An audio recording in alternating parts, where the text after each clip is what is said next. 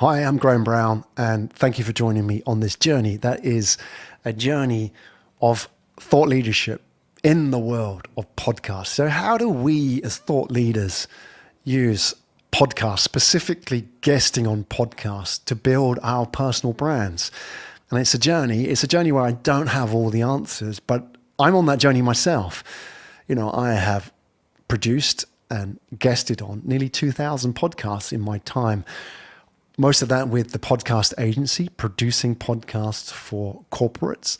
More recently, in the last couple of years, focusing on podcast guesting, because the magic of podcast guesting now is there is something for everybody out there now. A few years ago, it would be difficult to find a niche or a podcast for your specific talking points, but I can guarantee now there are, and there are many of them. I'll talk about that in a minute.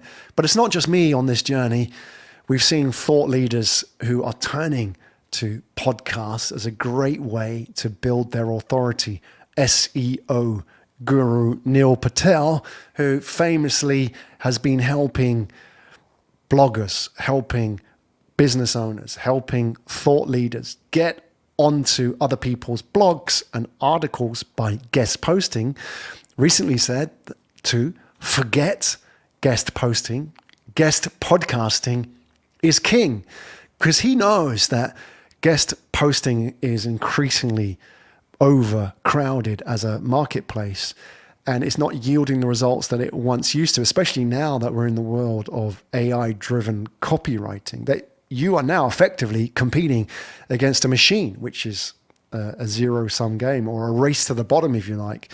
He knows that getting onto podcasts is the key, because if he gets onto a podcast, two things happen. Firstly, that podcast can rank very highly for SEO. So if he knows what his keywords are, and one of the things I talk about in this course is your audience avatar and defining that, so you understand who you're talking to and what the keywords are that you're using. And second reason why it's good for a thought leader like Neil Patel is it accesses new audiences. In this 12-part course, I'll talk about OPA, which is other people's audiences. Now, the beauty of podcasting today, there's about 4 million podcasts in the world, meaning that there is a podcast really covering everything that you talk about. In the B2B space particularly, this has been a recent phenomena. A couple of years ago, it may have been difficult for you to find enough podcasts to justify committing to this long term.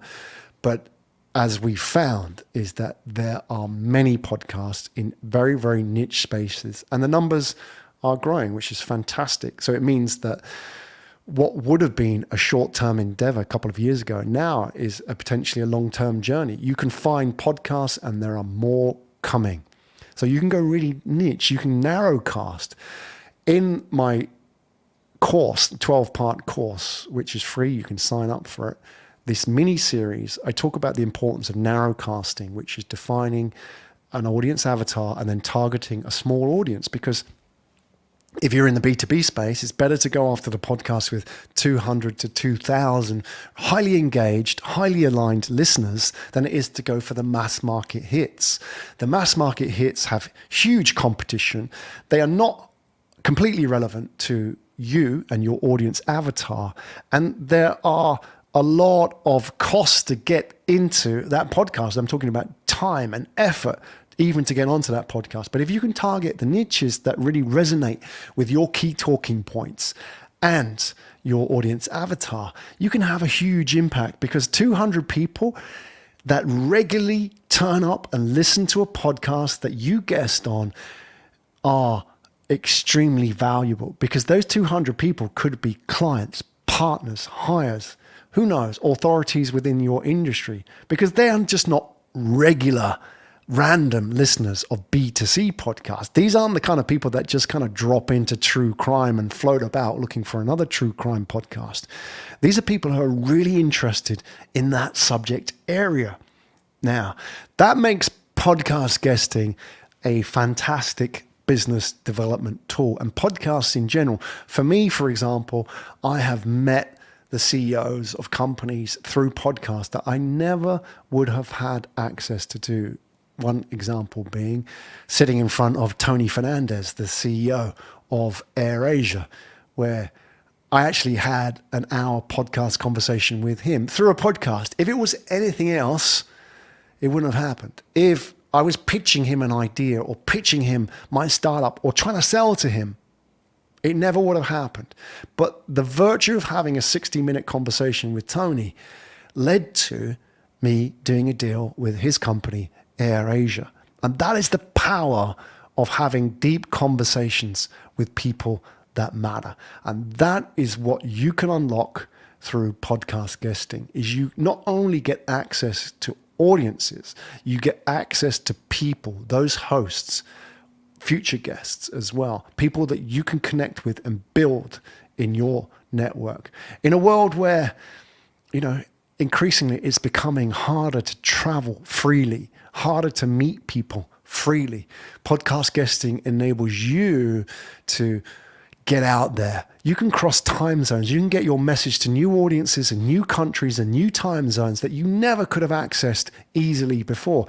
You don't even have to leave the comfort of your house, which is beautiful. Or if you have to, from your office. You can do this anyway. You can do this whilst you're in a hotel. You can do this from your home studio. And it doesn't take a day out of the office simply to go to a conference for a 45-minute panel session.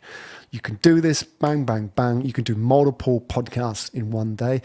And here is the real beauty of podcast guesting, is that every single podcast that you guest upon that gets published is published forever. Now, what am I talking about? If I want to know who you are, I will go to Google and guarantee if you've been on a podcast, it's there right in front of me on page 1. It will come up. I will find you. If I'm really interested in you, maybe you're selling to me. Maybe I'm thinking about joining your company. Maybe I'm thinking about investing in you. The first thing I'm going to do is Google your name, and what's going to come up? Maybe your website, LinkedIn, but there, the podcast that you have done.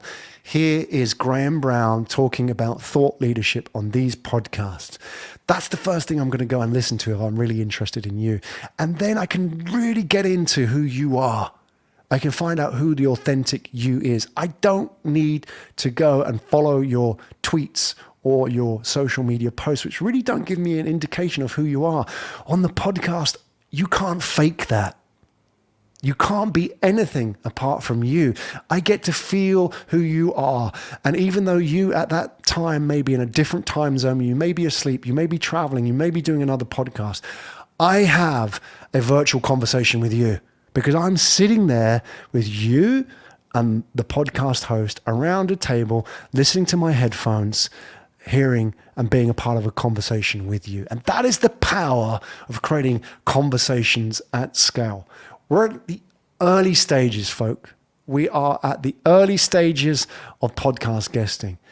People are only now realizing how powerful that is because they're being forced to. This is the digital transformation of communications.